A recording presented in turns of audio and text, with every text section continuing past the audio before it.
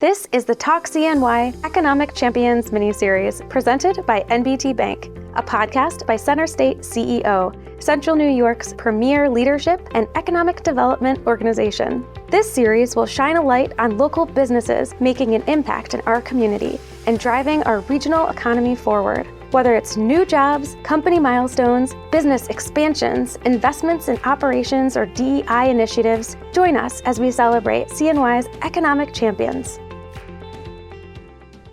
Today's conversation is with Heather Drake Bianchi, CEO and founder of Drakos Dynamics, an award-winning umbrella organization created as a foundation of innovation to provide accessible laboratory and healthcare resources to all walks of life. Hi, and welcome to a new episode of this Talk CNY mini-series, Economic Champions. And today we have a very special guest, Heather Drake Bianchi of Drakos Clinical Dynamics. She is the CEO, and we're so happy to have you today. Thanks for having me. Awesome. Well, first, let's talk a little bit about why you're here. Hanging out with us on this podcast, you have done some really tremendous things to help push that ball forward. We're in a really special time right now when it comes to economic growth and the challenges that we're facing. You come to us from the health industry where there are some very unique challenges and needs that we'll speak to. But first, let's just get to know you. You are a native of Central New York. Can you tell us where you're from? Yep. Born and raised in Camillus. Went away for college and ultimately, after traveling for a while, came back. Awesome. Yes. So what we call a boomerang. And actually, in many episodes, we have guests who are boomerangs. I myself am a boomerang as well. Kind of feels like that. Yes. Sometimes we need to go and check out some other big cities before we can really appreciate all that Central New York has to offer. Yes. But here we are. Okay, so from Camillus and went to school in Rochester, right? Yep. Went to RIT. Okay, cool. And can you just give us a little understanding, because now you're in the health field, how did that start out for you? Originally went to RIT for photojournalism. It was because I love just talking to people, getting to know them. Yes. But then it turns out that you do the same thing in medicine. And so I ended up adding a bachelor's degree in biomedical science. Got really involved with the gross anatomy program. Actually went back to RIT to teach it a couple of years later, which cool. was wonderful. And then after that, left the country for a while, and I was teaching semester at sea programs to college students, like on their gap year, or they were doing a semester at sea, or, what the case may be. And it was a really great way to see the world. But after living on a sailboat for a number of years, a couple of hurricanes later, the stability of upstate New York is just really appealing. You can take a blizzard, hurricanes are a whole other thing. I remember there was one incident where a student got hurt, a boom fell on their back and fractured one of their vertebrae, and we were about 4 hours out from land. And I was the medic on at the time. I was just an EMT basic at the time. And it was very interesting trying to keep him stable in a storm with what we suspected was a broken spine. And thankfully, he was totally fine. He did have a broken vertebra, but the whole 4 hours getting him off the ship, super bumpy ride, going into a Caribbean doctor and trying to navigate that was a whole thing. And I realized that perhaps I needed some more training. So I came back, went through the upstate paramedic program, which was one of the hardest programs I had gone through with all of my degrees and master's degrees and all those things. That was by far the hardest. But talking to people, whether you're in photography or medicine or business, it's all the same. You just really got to get to where people are. Yeah, absolutely. So a pretty heroic story there. I assume everything worked out for this guy. Everything worked out. Okay, very good. But this experience led you to pursue some other activities, right? Like you were out there in the middle of nowhere. What type of practice is this when you are a paramedic in a remote area? Oh, like wilderness and austere medicine? Yeah, and when you're in a city working on the back of an ambulance, that is one type of medicine. But when you are out in a conflict zone, the middle of the ocean, in the mountains, it's a whole different scope, and you have to know a lot more than if you were just working in a city. And so after years of working in all of those types of environments, you learn a lot. You make a lot of connections, you learn a lot of things, a lot of skills that you can't always apply here, but you are traveling and transient for a long time, where even your best of friends at the time, you know that at some point you're going to separate. And after years of that, where the only stability is what you have in your backpack, that gets old after a while. So coming home to Central New York was perfectly fine at the time at which I came back. Yeah. So I really like this theme of a backpack, and I've heard you speak to this before, that there are people who have incredible expertise, knowing exactly what to pack, the size of materials, what is most important for a dire urgent situation versus what sort of service somebody might need hours later, days later, depending on how far away you are from home. One of my other local friends, Dan Taylor, who started with me at the company, we also did a number of remote paramedic work together, and he was always the best at what latest gear and most compact gear and what the most helpful backpack was. Because when you're the medic, you have to pack all your stuff, and you have to pack all the medical stuff too for the group that you're with. And that includes everything from trauma to medical, from teeth injuries to eye injuries to stomach injuries to malaria to C. diff to whatever it might be. And so you have to pack really well, and you have to think about like all the logical ways. How are you going to communicate? When are you going to know how to turn back if somebody gets hurt or they're sick? How are you going to know where your local hospitals are? And it's just thinking through all of the risk mitigation steps. Yes, absolutely. And when you have those best practices or figure out what you're going to need for certain locations, you're packing your backpack. A similar thing happens, if you'll ride with me on this metaphor, of how you put a team together. So in that abstract sense, you are thinking about what sort of needs are going to be fulfilled. So how do you process through that when you're thinking about the people part? You ever take a bad trip and you think of all the different ways that it went wrong? That's largely how you pack your backpack. It's, okay, if I have somebody that cuts their arm or cuts their leg, am I going to be able to get to those supplies quickly? What's going to be the most helpful when things are not exactly going in your favor? Business is the same way. You have to construct your team so that there's tools in place for not just the good times, but the bad times too, and what's going to help you weather that storm. Is it packing your gear in a certain way? Is it employing certain personalities, certain skill sets? It's very, very deliberate. And that's the whole thing, like with the success of a trip or success in business, is you have to prepare for all the different things that can happen. And that's looking at really both the good and the bad times. You were doing semester at sea. You were out on the ships. Things were happening. It was crazy. Yes. What happened next? What sort of work did you get into from there? I think we have probably all seen at this point your face on the news talking about your work in the film industry, but can you fill us in a little bit? Yes. After that student broke his back, I was realizing that I needed more training. And so after a couple years abroad, I came back home and enrolled in the paramedic program, which was, it's just under 2 years. And it was incredibly difficult, but incredibly fulfilling. I remember thinking at the beginning of the program, like, I'm not this tough. I'm not this smart. I don't know how I'm going to learn all of this stuff. But you just, like, one step after the other, you just kind of get through it and you practice and you learn as much as possible. And you also ask as many questions as possible, because it's always amazing how willing people are to help you.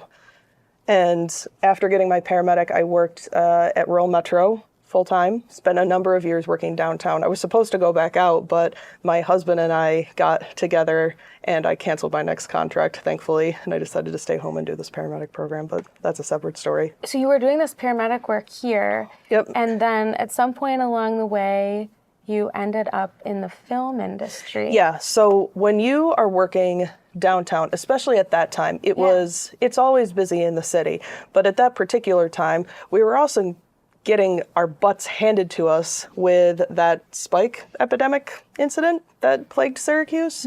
And that was like, you would go to work and you would have at least half of your calls for that day be patients taking this drug that made them act like they were on PCP or bath salts. And what that means is they would be completely dissociated from Earth and often very violent, depending on what was going on. And so there were months of us just having these patients just try to kill us or hurt us or whatever the case may be. Thankfully, the local medical directors put a protocol in place where we could sedate people without having to necessarily go through all the steps that we would have, and it really kept us safe. But it was exhausting after months and months and months of it. And at the time, there was also a huge paramedic shortage. So not only Like, did we feel like we were letting the team down if we didn't come to work, if we were sick? Yeah. But also, you were going to work with these incredibly violent and sick patients, and it was really frustrating, and it was very hard, and it was also very scary. Yeah. So to take a break from that, I would sometimes pick up film paramedic work, because what should be happening on a film is that the medic isn't doing a lot of anything. You're not there to run calls. You're there to make sure that nothing happens. You treat the medical stuff, of course, but a good set medic is also doing risk mitigation, helping to advise the movie producers when something risky is going on, or when somebody put a jug of water up above where all the electrical cables are and you notice it and you point it out so that they can fix it. Or that you can't put a sack of flour through a snowblower because flour is combustible. You have to know that stuff and relay it to movie producers, who are some of the most capable people and capable project managers that you'll ever meet in your life, but they don't know a lot of these backgrounds. So the fun facts you pick up along the way, huh? Yeah. No flour in the snowblower. Yeah. For everyone listening. That was when we were filming The Binge, and it was one of the party scenes, and they wanted to make it look like there was a lot of a particular drug in the air, and so they were going to do that. And I was like, you can't do that. It's so fine that it's combustible. It'll catch on fire. And so that scene never happened, but there was, the live alligator thing did happen, so it's all about trades. Oh my goodness. Okay, so you got into this work. It sounds like it was a fun departure from some of the more stressful stuff that was happening back. Well, I was doing it as like a 6-day on. So I would work 4 on, 4 off. You'd pick up a 5th day for overtime, because at the time you're making 14 or 15 bucks an hour. You pick up a 5th day for overtime, and then the 6th day you sleep, and then the 7th day you'll go and work film, because it's a lot more relaxing than doing 10 calls a day in the city.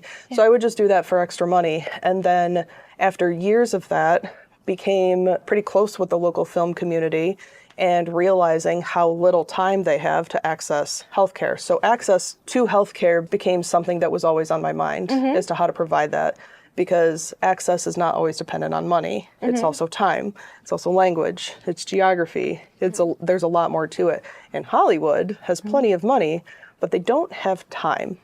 And so that became a bridge that you really have to get across. Right before we were about to start filming the next project, it was March of 2020, very early on. Stories of COVID started to spike up and everything shut down. But we were about to start filming a movie, and everybody had just gotten done with some time off, so they really needed this money. They really needed to work. One of my mentors from Hulu, Mark Porterfield, he called me while I was off camping, and he was like, hey, they're not letting us film. I was like, I know, COVID, it shut down everything. He's like, I know, but we can't be out of work for this long. I'm like, I get it. Like, don't tell me, go tell them. He's like, no, you have to find a way to develop a set of protocols and get us back to work. And I was like, okay, sure, no problem. When? And he's like, I want you at the desk on Tuesday. And I'm like, this thing isn't going to be over by Tuesday. He's like, I know, but just you need to be here. He's former military, so he said it in a way where you're like, okay, I guess. Well, what a vote of confidence, though, too. Like, he obviously believed in you to figure it out, and you did.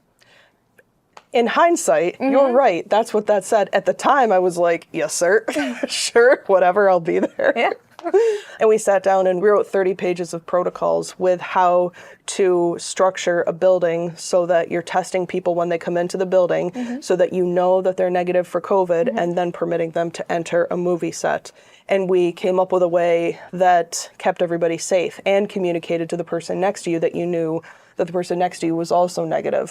Fear was a really big thing at the time, and it was a huge driving factor as to whether people were even willing to work.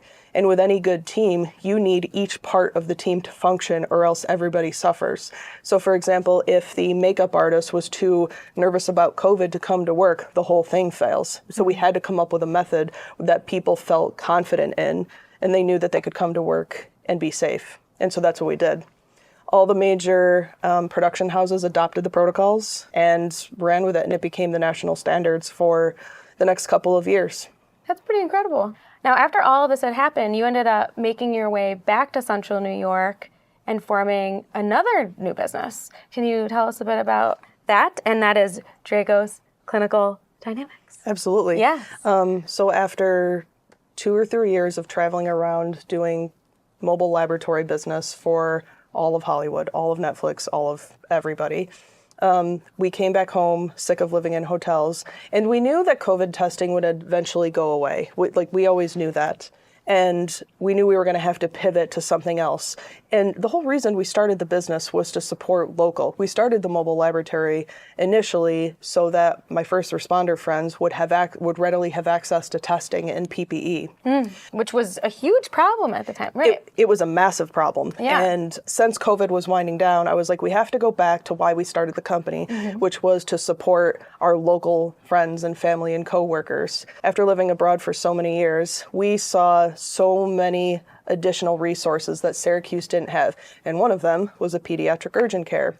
So when we came back at the height of respiratory season, when everybody's kid was dangerously sick with RSV, COVID, the flu, sometimes all three, sometimes just a combination of two, it seemed like people were too afraid to bring their children to a hospital because of everything that's in a hospital. And the urgent cares were super busy with COVID testing, and their primary care docs weren't seeing patients. There was nowhere for parents to bring their kids where they both felt safe and supported. Yeah. And we were like, pediatric urgent care. Every other major city has it. Syracuse needs to catch up. That's going to be our next thing. So that's what we started with. That is just so important for families.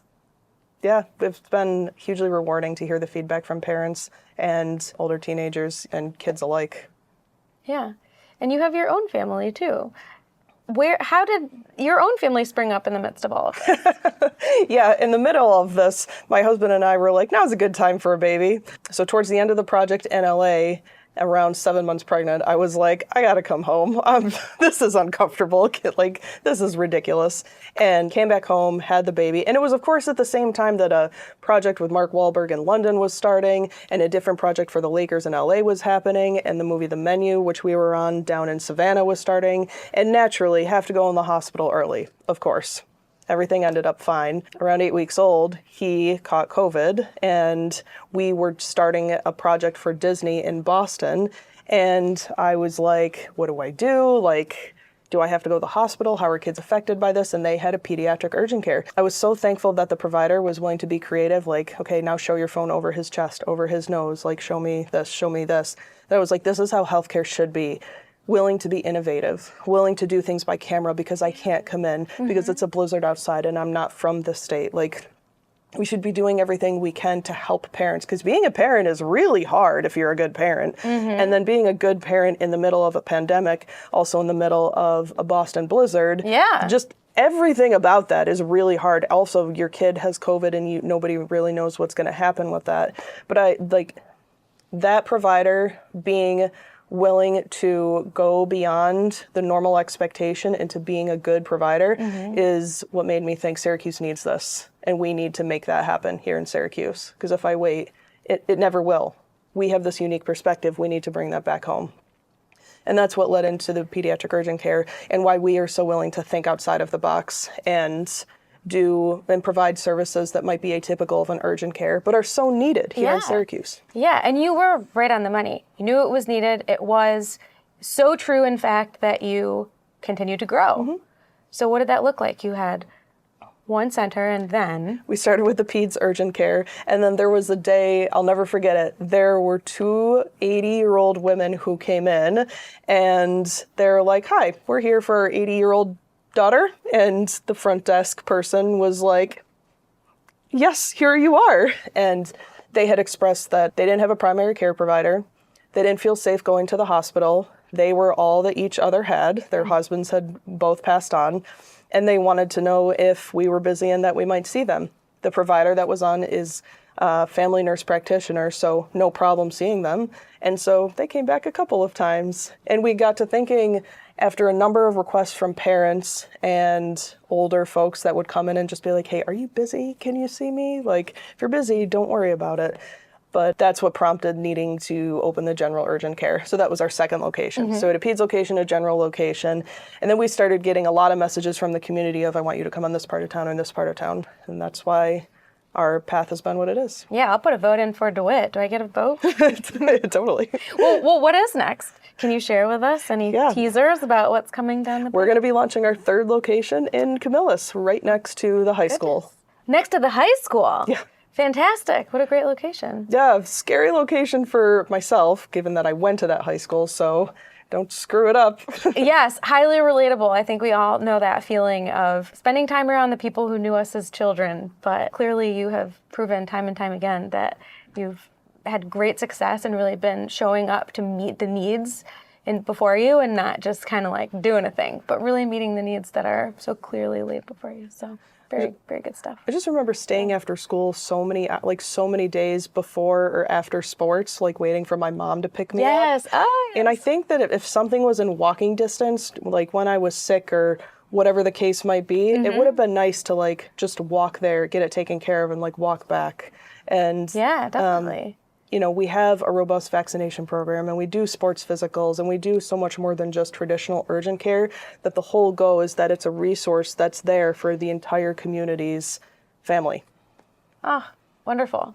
Well, that will be really exciting to see come online and pretty soon, it sounds like. So. Yeah, this fall. So as you continue to expand, I imagine you're doing a great deal of hiring. What does that look like? Yes, we are just going into a big hiring push. We are hiring pediatric nurse practitioners, family nurse practitioners, physician associates, physicians, LPNs, RNs, paramedics, EMTs, front desk folks. X-ray technicians are a big one because we have mobile X-ray at all of our locations. That, yes, we're doing a big hiring push in the next couple weeks.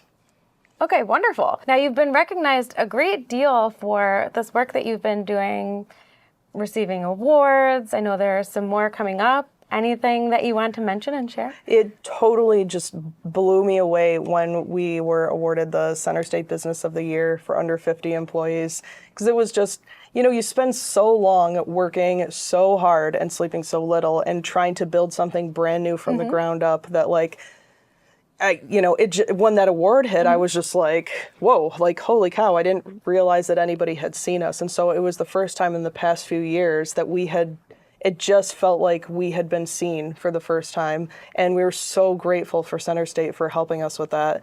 And it was just, not a lot of us are speechless a lot, but that was one where we were really back on our heels. Like, that is awesome. Well, you got to understand, over 50% of the staff are made up of 911 workers. And we are so used to being invisible people of the world that when that award came up and all of a sudden we were in the spotlight, it was like, we weren't used to that. We're so used to helping people and just staying in our corner. Yeah. So I thought it was a really nice moment for everybody that had worked so hard to make something new happen. Yeah, I love that. I'm catching a vision of paramedics everywhere standing up from their couches at the screen, like looking up at the television thinking like, my goodness, it's arrived. It's happened. That's great. Well, what a great thing then to carry for, this crew that you represent. The award definitely gave us motivation to like keep going, or at least reassured a bunch of us that we were on the right track into doing something and that the work we did mattered. Because after years of working really hard, you have every doubt that you have ever thought of. And then you have every doubt that people have told you that they have. And so it's years of this. And so to get that award meant a lot. And then recently we were nominated for the CNY Business Journal Best Places to Work. It means a great deal because it's 100% employee nominated and 100% employee voted. And so in like the darkest of days when you're wondering if you're doing the right thing or if you're doing a good job, that award coming from your team that you're leading and trying to do this new thing, that also keeps you motivated. That's wonderful. Congratulations. Thanks. And, it's not just about what you're doing in your buildings. It's beyond that. Your advocacy and your desire to help promote access in our community, you've done a number of things. So, for example, you support a scholarship at OCC for people to learn to become paramedics, right? Yeah, that's right. We did an $80,000 scholarship to OCC that has a GPA requirement. Somebody can come in as I always pictured the single mom coming in who doesn't know where to start and has no money to start with, but they know they want to start on a career trajectory. The scholarship is designed in a way where we'll cover everything in full. You have to maintain a B+ average, and there's GPA checks along the way. But if you maintain a B+ and you do your work, we will pay for everything. So you can come in with nothing, and you can leave with a degree, with it being fully covered. That is tremendous. Now, Heather, if anyone would like to connect with you, ask questions, learn more, how can they do it? I will always go grab a cup of coffee with somebody. So if they want to get in touch with myself or somebody from the leadership team, you can find us at Drakos Urgent Care on LinkedIn or any of the major social media platforms. Well, it really is so encouraging to hear the spirit of collaboration really come through. I'm loving this theme of teamwork, the importance of people, getting the right people on the bus and together, and really celebrating the differences, continually keeping ears to the ground about what the needs are in the community and showing up. So thank you for doing that, Heather. Thank you for giving me a platform to talk. I really appreciate your time. Thank you for tuning in to the Talk CNY Economic Champions mini-series presented by NBT Bank. Episodes of this Centerstate CEO podcast are available on clickcny.com and all major podcast platforms. After each episode, you can join us on Click, where we'll continue to talk about this topic and provide additional resources and links. In Click, you can listen to or watch every episode of Talk CNY. Click is Centerstate CEO's digital chamber platform where our members connect, learn, and receive support from our staff. For new episode reminders, be sure to subscribe in your favorite podcast listening app. If you're enjoying our series, consider leaving a quick review or a 5-star rating. I would recommend NBT Bank to any business. My name is Chris Palomino, and I'm the president of Atlas Fence. Chris had decided to purchase Atlas Fence from the previous owner. He had previous connections at NBT Bank. NBT Bank provided me equipment financing, doubling our entire production workforce. It's important to me as a business owner that the decisions of our banking relationship are made locally.